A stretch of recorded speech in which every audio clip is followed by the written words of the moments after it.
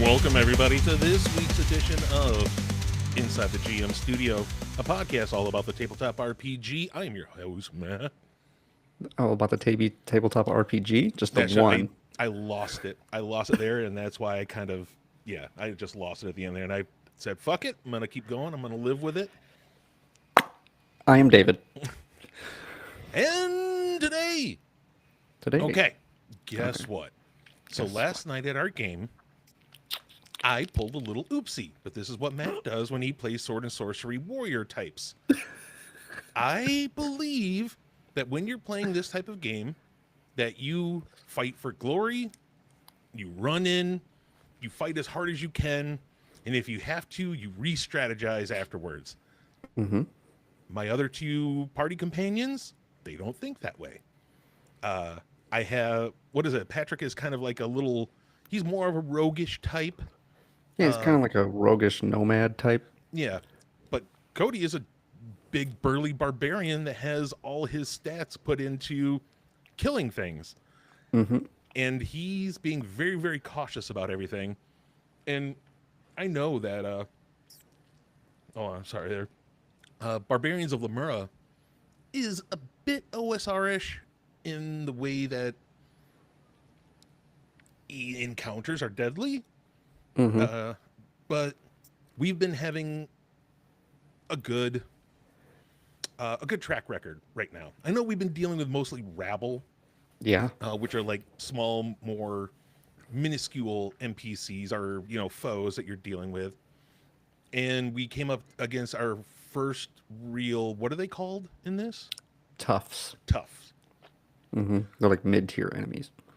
But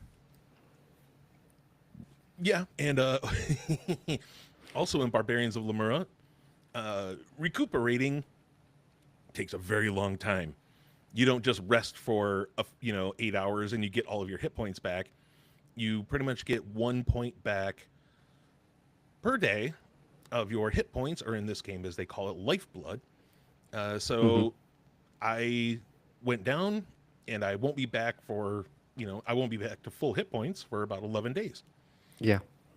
But as soon as it happened, I was like, oh, I'm going to be in trouble. Yeah. So, but I had fun because I got to listen to Cody and Patrick continue on. I really hope that they went into the tower and we could have had at least seen the inside and had them encounter something that made them run away.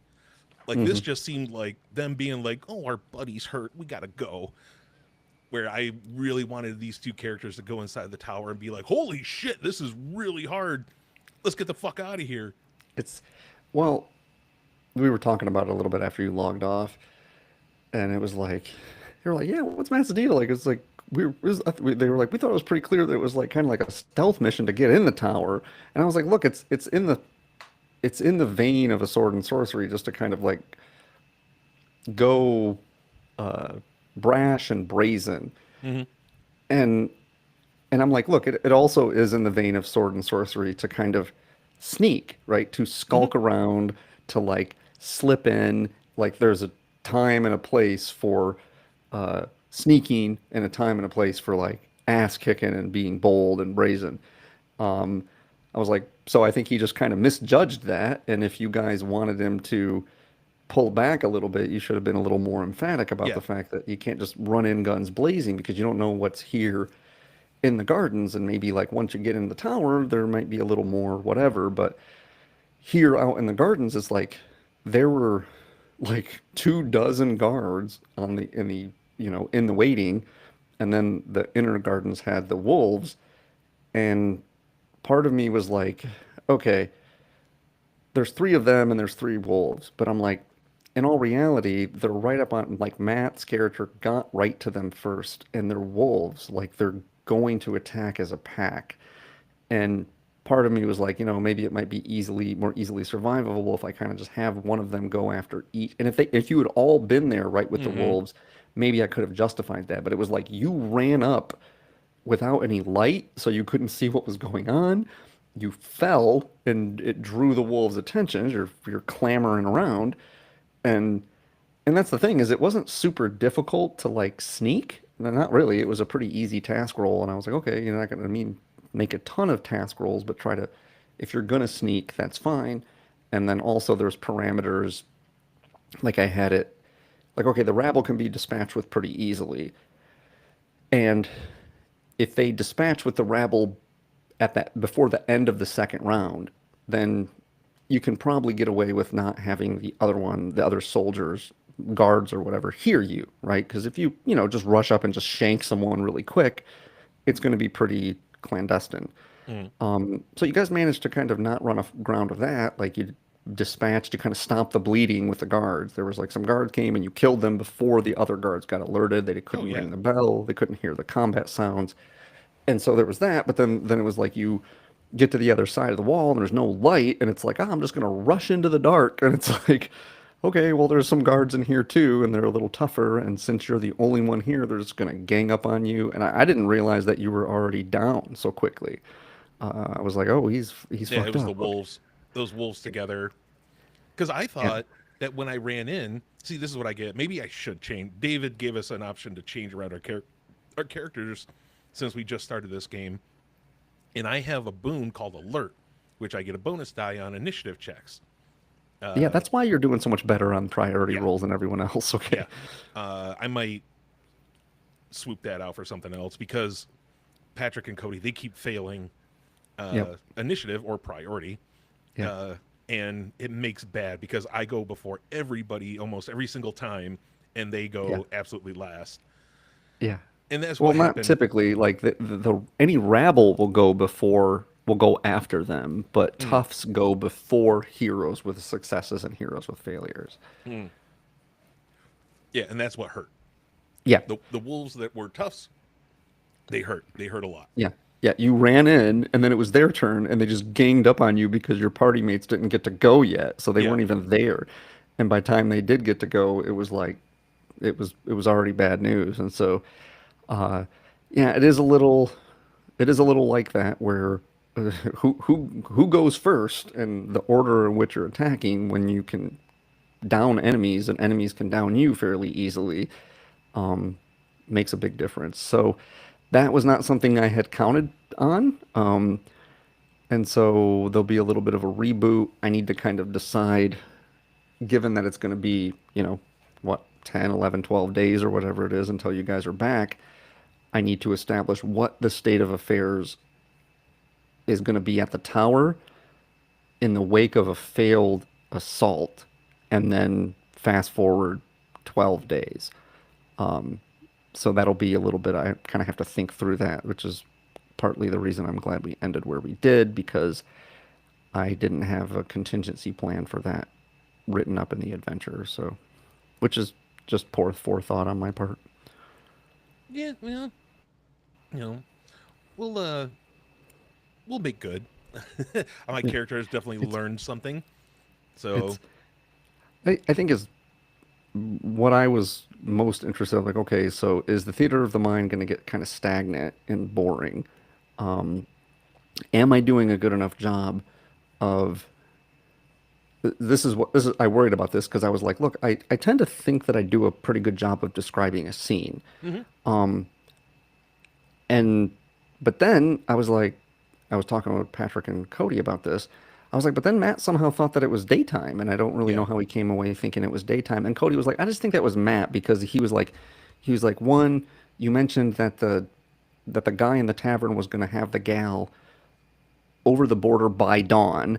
Then you mentioned that the priest guy was making gestures up at the moon. And he was like, and then you mentioned that the starlight was sparkling off of the tower. He's like, and then you mentioned that there were torches in the courtyard. He's like, he that definitely weren't gave us a lit. pretty, But I remember what's you that? said that they weren't lit. So maybe that's why I thought that it was daylight out. No, the ones in the outer courtyard were lit, and maybe I just Mm, misspoke, mm. but he was like, he's like, I definitely came away thinking that it was night, and Patrick was like, yeah, I did too, and I was like, I don't know, maybe I just didn't do a very good job describing it, Mm. and so I always worry about that. Like, I think that I'm kind of setting up the scene pretty clearly, but then sometimes players will be like, oh, I walk over here, and you're like, well, there's a cliff over there, and you're like, oh, what was there? Oh, okay, and so I worry about my because you don't want to give super protracted descriptions because they kind of sap the energy out of the action, right? So people need to kind of know where things are in a broad sense. And I think the bigger the scale, like the more, like you were in an area that was basically a garden. So even just on one side of the tower, you're talking like 300 feet, and it's 80 feet wide or whatever. That's a pretty big area. But if you're in a room that's 10 by 15, it's pretty easy just to kind of get to it or whatever. So we'll see how it goes. I felt a little bad that you kind of sat on the sidelines, but it didn't seem like you were like, oh, I don't have to do anything now. I can just sit here and listen to like the Yeah, story play out. yeah, exactly. I like doing that. Yeah. Um, so more on that after next week's game. Um, there was a little bit of news, but nothing that I think is going to be too big.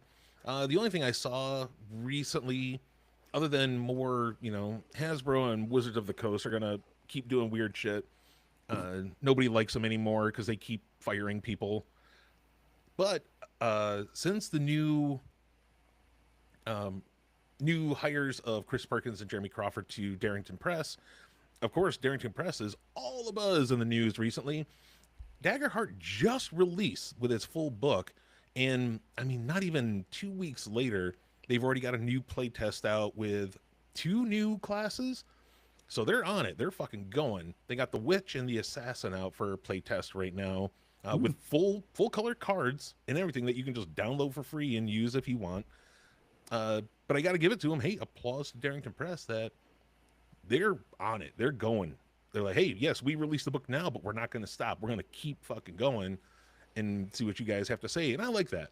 I just wish that they would look at their own gaming license and how people can use it and kind of figure that out because it's a weird license that it's not very clear for people that don't know legalese very well. Like when I read it, I was like, okay, what am I allowed to do and what am I not allowed? They really need to get that together. Yeah. But that was about all the news was. Very, very little news. So let's get into this review of this game that I found. Mm. I saw it from the YouTuber Notepad Anon, which I've talked about before on the show. I love him.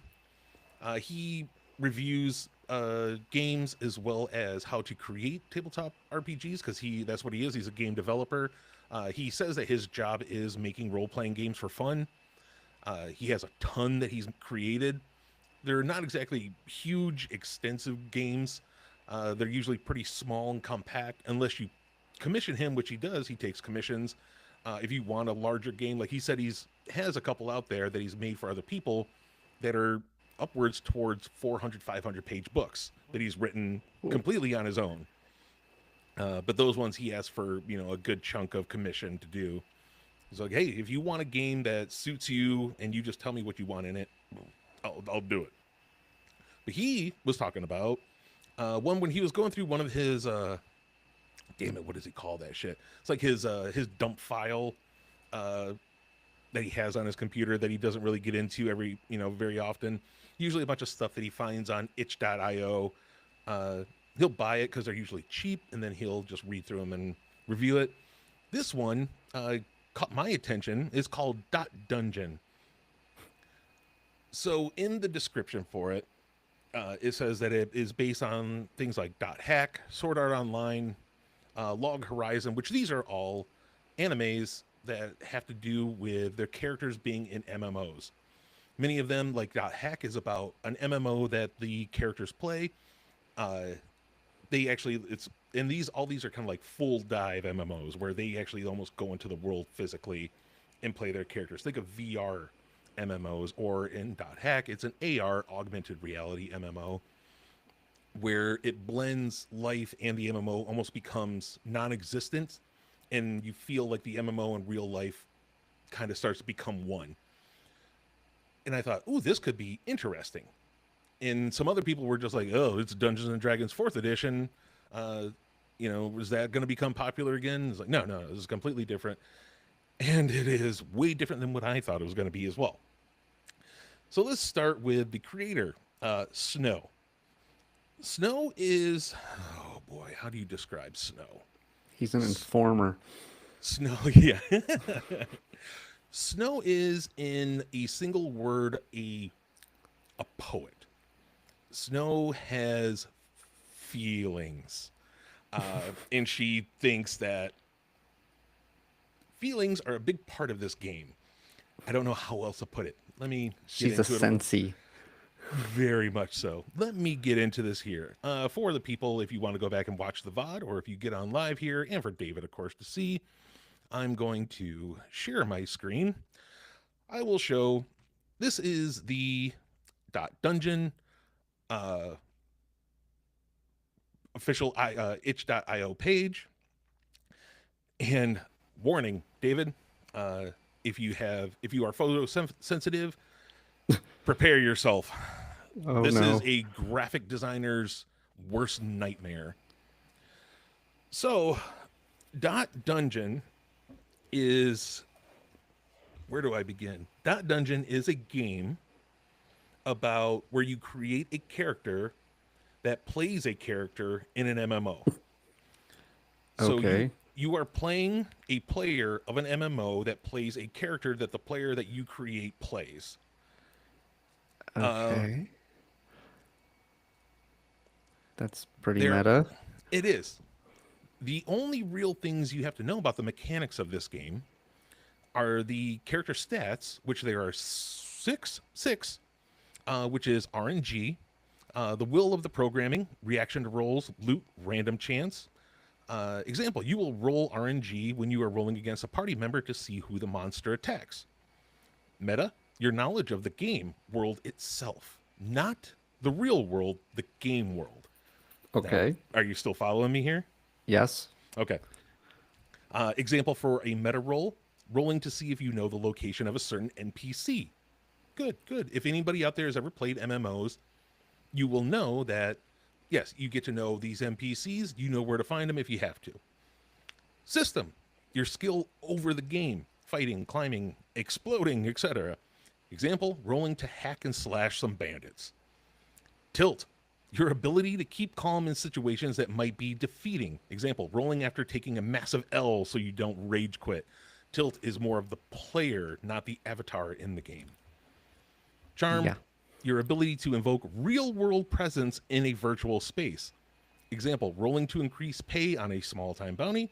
And then perception, your physical senses and their usefulness in a virtual space. Example, rolling to see if you hear some spicy takes in a local tavern. You start with this, and you just take all of your dice, your D4 through D20, and you assign them to one of these stats. You're pretty much done. That is your character. Now, for whenever you have to roll anything, the game master, also known as the system or the world itself, will ask you to roll, depending on what you want to do here. And you would roll the die associated with it. D4 is usually your basic, easiest. D6 is you've now become more, higher up. And of course, all the way to D20 where you are masterful at it. And all it is, there's no target number, no nothing. Whenever you come against an obstacle, now an obstacle can be a combat encounter, social encounter, a wall to go over. All it is you roll your associated die that the game master asks you to, and he will roll the opposition's die in that stat. And that's pretty much the whole thing. There are classes, which is weird. God, this art just makes my eyes bleed. I have nothing against the artist that created this for them. Good on you. I know that Snow is a big fan of the art, but dude, trying to read this shit is really tough on me. Oh, and the book is 8.5 by 5.5 landscape. So if you wanted to print it out, it's printed weird. Oh, fun. So the classes aren't exactly your avatar's class. It is the player that you're playing's class, which is like they have a couple here to show. There's the hacker, where you have a few moves as the hacker. The hacker, you have a unique relationship with the system, allowing you to trick or cheat it. The rules of the game are just guidelines. Playing like this is reckless and dangerous, but it can make all the difference when the chips are down. These are kind of like the powers of the hacker. Your cheat.dll. You have 4 cheats and can use them once per session. Whenever you have, whenever you would roll a die for a contest, you may do one of the following cheats instead. And I do kind of like this at the beginning of it because it's like the old Konami codes: up, up, left, right, A, B, right. Use 2 stats for the contest. That's the name of the move is up, up, left, right, A, B, right. Use 2 stats for the contest. Kind of cool. You can roll both dice and get a nice big high number. A, up, down, right, right, B. Hide the dice roll from the world and lie if needed. This is where it starts getting a little interesting. BB, right, right, right, up, up, add a d20 to whatever roll you just made, and then right, left, up, A, B, down, roll with the biggest die on the table. Now, this could be anywhere from, the D20 to a D30. Maybe you have a D30 just lying around, or maybe you have one of those giant D100s just sitting on the table just because you have this, and you set it down there, and like, it's the biggest die on the table. It's a fucking D100, dude. And then, of course, their big thing that they could do, hacking.exe. Once per session, when interacting with an item or any power, you can hack it, changing one word of its title and warping the item's code to function in an entirely different way. This, I thought, was interesting. The whole point of you playing a person, playing an avatar in an MMO, is bringing that engagement of the player versus the GM to the forefront almost. There's a lot of things that the system or the world is here, but it's a part of you to kind of warp it and make lie to it and kind of cheat it. Like if you wanted to do like in a Skyrim or Oblivion, Elder Scrolls, if you wanted to do a jump hack to get up this mountain where you're not really supposed to be able to, you can roll RNG, or you can roll one of the other stats that might go better with it. I kind of think that's cool, but so far right now that's the only cool thing that I'm really into. Goes on to other classes, like there's the witch, where in your players, not your avatars, your player has, in their real life, they have tattoos and piercings which work with the avatar. And I'm going to get to where all this is going. This all kind of goes into one thing in the end. I'll get there. Or like this one here, the beast that's right next to the hacker here. You're an animal person at heart, and you formed a bond with your pet and the natural world around you. This one's for all the pet lovers. If you can't have a pet for any particular reason in real life, quote unquote, it's okay to make one up. Your dream pet. This is for those people that like to turn into animals and, of course, commune with nature. There's also the knight, which if you play the knight, you kind of just do nothing, because there's these vows that you have to take. Every knight takes these vows of being poor, possibly staying completely silent, never lying, and God damn it, what's the other one? I can't remember what the fourth one was, but there's Well, how 4 can you vows. lie if you can't talk? That's what I said. I was like, okay, that's pretty easy. If you don't talk, then you can't lie. But there's 4 vows that you have to take. But playing a knight, you're just, is the closest that you're going to get to Joe fighting guy when you create your character.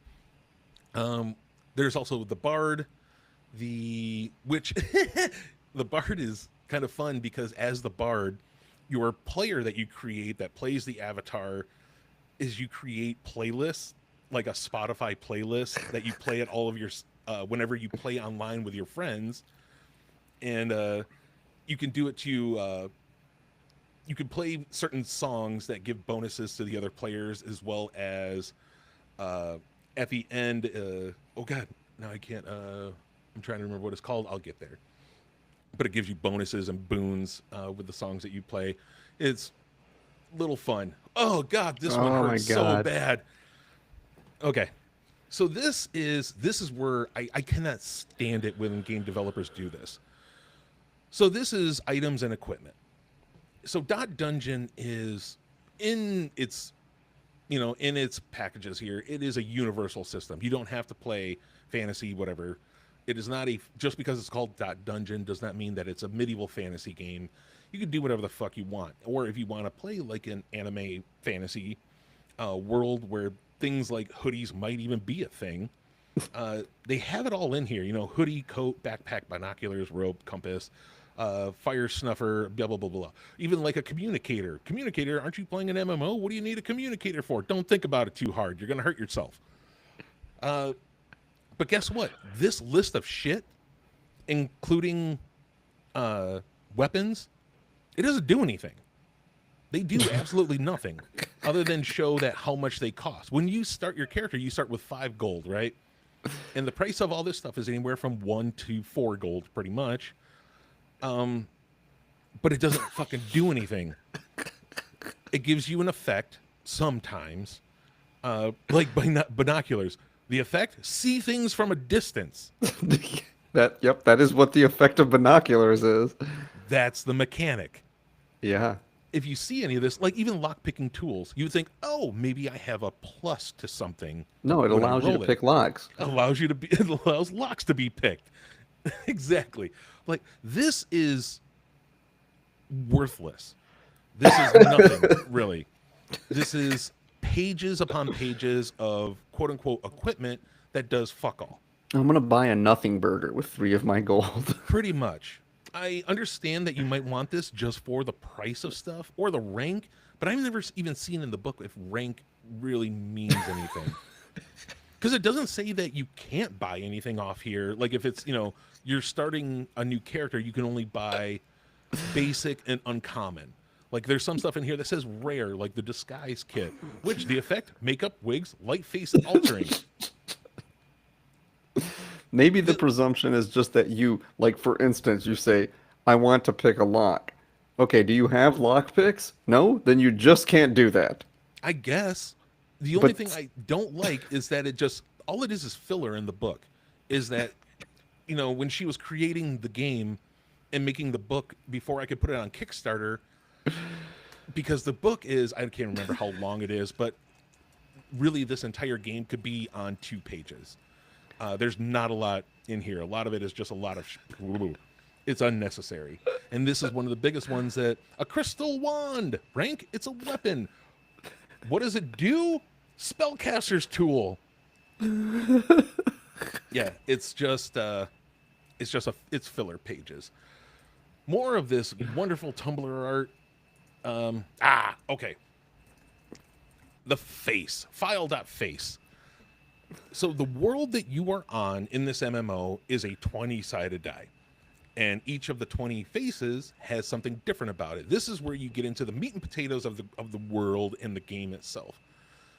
So on this example face, it shows at the beginning of the face, so say we're on the 2 side of the world. It starts at Red Hill, down below, and usually, each adventure takes you through a face. You start at Red Hill. In Red Hill, everything the opposition has, it has all of your attributes here: RNG, meta, system, tilt, charm, and perception. And it has it, you'd have it listed out what it is for that there. So when you're dealing with anybody as an opposition in this area, that is what they will be rolling against if they have to roll against anything in opposition. And it goes all the way up to the Painted Garden, which has a different opposition rating and, of course, different dice for each attribute there. So each campaign takes you through each side of this 20-sided die. And what I don't understand, I do understand it because it is, in this world, on each face, it could be completely different. It could be a Western. It could be medieval fantasy. It could be sci-fi. It could be this and that. Each side is completely different. Okay, sure. They make this huge thing in the world of Awen. I think that's what it is called here. ANNWN, or Anwin is the name of the world. Anwin. Sounds like It is Anduin. yeah, right. It is an ever expanding, ever evolving world where the system, the actual tech part of this MMO, you can take books off your shelf. Like, okay, again, the player that you created that plays the avatar in the MMO can feed PDFs, files, books that they have online or whatever, and they can feed it into the system and into the world of Anwin. And it'll create a world out of it, or a face on the world that goes along with it, as well as, do you like other mechanics from other games, like clocks, cards, Jenga towers? Do you like any of these? Guess what? You can bring them into the game, no problem. Go ahead and bring them on in. Does it tell you how? No, but it just says go ahead and bring them on in. Oh, okay. Okay. So this is this is like the introduction to your player character. Player characters are real people in the world who are also playing this game. Interacting with them should be complicated, intense, and difficult. They don't have to listen to the party's orders, give them information, or do as the party asks like the NPCs do. Each PC has wants and needs that they are in this game to accomplish, both inside and outside the game. This is where the real guts of the game comes in. When Snow created this game, she wanted the feelings. This game is about feelings and your connection with your friends that you play this MMO with. And this MMO might be dying. It might be, just they might be becoming uninfatuated with this game now. If anybody out there has ever played an MMO, you know this feeling. I love MMOs. I'm an MMO junkie. And I've been here. I've felt I felt bad when I've lost friends because a game like an MMO goes dead. Your friends stop playing that you've met online, and all of a sudden you fall out of love with this game, and then you leave, and then that world is just dead to you. The 3things.info, every player character is made up of 3 things: what they say, excuse me, oh yep, what they say, what they don't say, and what they actively hide. Think of these as ways to abstract 3-dimensionally and help you play a living, breathing character other than yourself. The act of playing them from this framework will bring them to life at your table. What they say, this is what they wear on their sleeve, the most obvious things about them and how they act, how they present themselves. What they don't say, this is the subtext of their actions, what they believe, what they desire, fear, or more often what they want. What they actively hide, this is their secret and one that they keep close to the chest. Sometimes they don't even know that they're hiding it. Now, this is something that you have to put into this player that you're creating, your first character in the onion that is the characters of Dot Dungeon. If you would like, you can roll a d20 and find out the reasons for playing this game or why they are. Reason.idea. Everyone in the game has a reason to escape into a fantasy world. These are not inherently tragic, but they are revealing a person's reason is a part of their life, and this moment is what their connection measures. So let's say, hey, Dave, you got your D20 on hand? I can have it on hand. Yeah, let's go ahead and let's see. give this a shot. I don't have a D20 next to me. I got D8s and D6s. All right, I got it. I got a bunch of D8s, D6s here, but I don't have a D20. I got a 6. So why is David playing this MMO? I'm not. You are a mother of 2 trying to escape, what is it? Mundanity? I guess. I didn't know that was the actual word for it. Mundanity? Nice. But yeah, that's why you want to leave the kids alone and go play your video game. I and want to escape neglect real my life. children so that Yeah. I can play video games. So you can go play video games. Oh, more great art. Oh, I love this one too. So, like I said, this doesn't have to be an actual medieval fantasy world. As you can see, girl that you meet at the gym every now and then with a spear on her back, guy that probably works at the local Starbucks with a bit of leather armor over his shoulder. and Disco Stew. And then Robot Bunny Princess over here as they're leaning and sitting on an old car that's rusting in amongst some telephone poles that seem to be falling apart. that is just a mere, 10 miles away from a fantasy castle that is floating in the sky above another castle. I love it. That's great. Okay, this is the table of contents. I think we've gone through all the slides. Yes. All right.